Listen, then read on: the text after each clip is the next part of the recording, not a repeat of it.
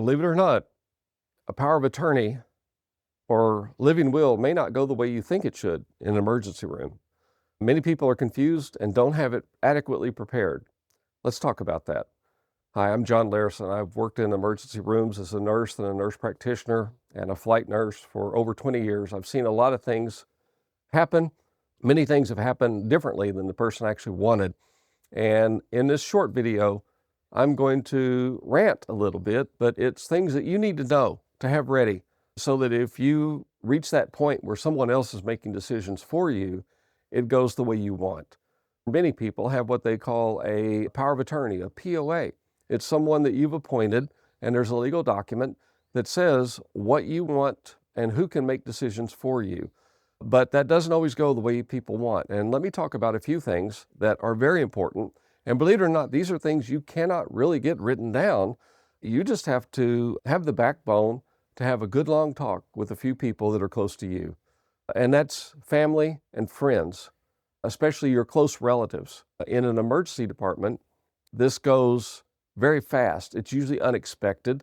I'm thinking of one example that I've seen in the past where mom was brought in. Mom had cancer, and mom had a POA written down. Mom had her last directives written down.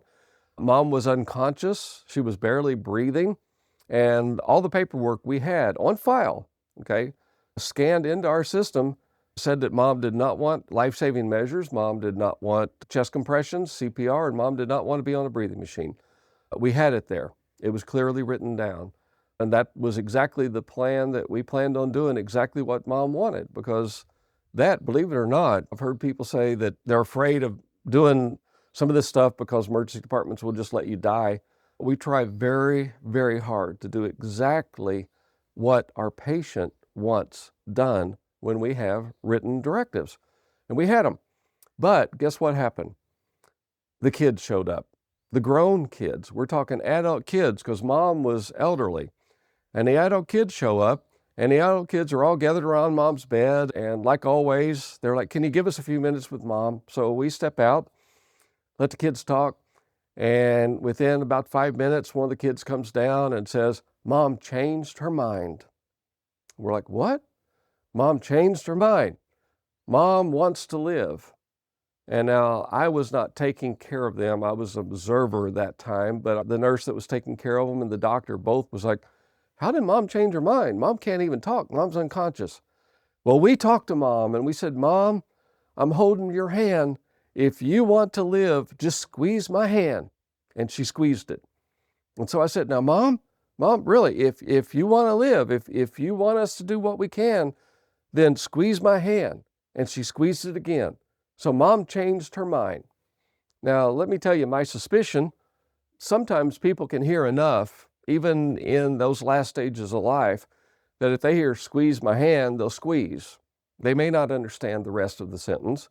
Or it could be, and I've seen this, a highly emotional situation. The kids love mom dearly, and they're just not ready to let her go. So they feel a squeeze, whether a squeeze happened or not.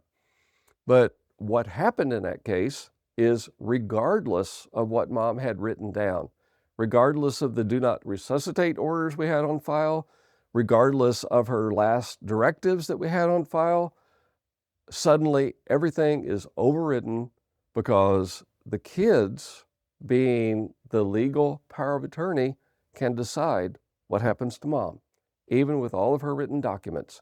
It's just the way it works.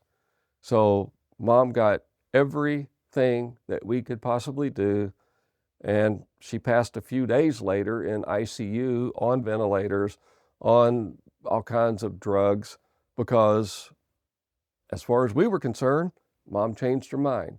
You may say, "This is crazy," but it's just the way it works.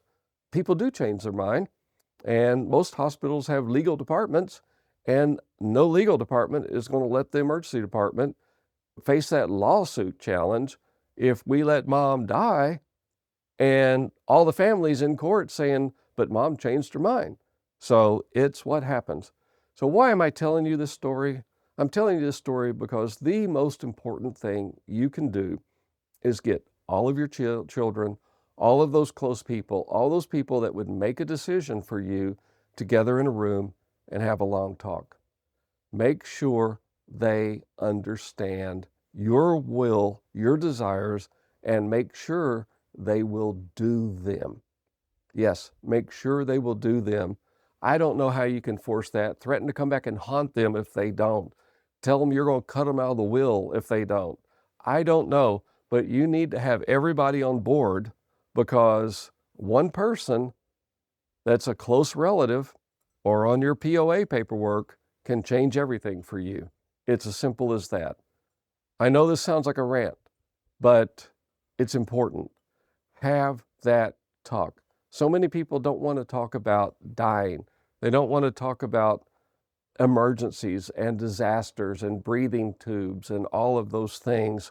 But in my opinion, everybody should have that talk, but especially if you have serious medical conditions, if you're, what's a nice way to say it, have more life behind you than you have ahead of you, you need to have a talk with the people that could make decisions with you. Make sure they will do what you want. If you want every machine, make sure they'll do that, okay? As the person working in the emergency department, I really am not bothered if you want every machine that we have available to you and everything that science can do, or if you want nothing. That's your right. That's your decision. What I want to happen is that your desires get fulfilled. And the only way that'll happen is you must have the long talk with those who could have a say and make sure they're on board with you. If you like this sort of information, if you like to think about and be prepared, then like and subscribe. I'll make more videos. Look for my one on the 3 things you have to get ready before an emergency, and look for my one on how to use your iPhone to be prepared. This is important stuff, and I want you to be ready.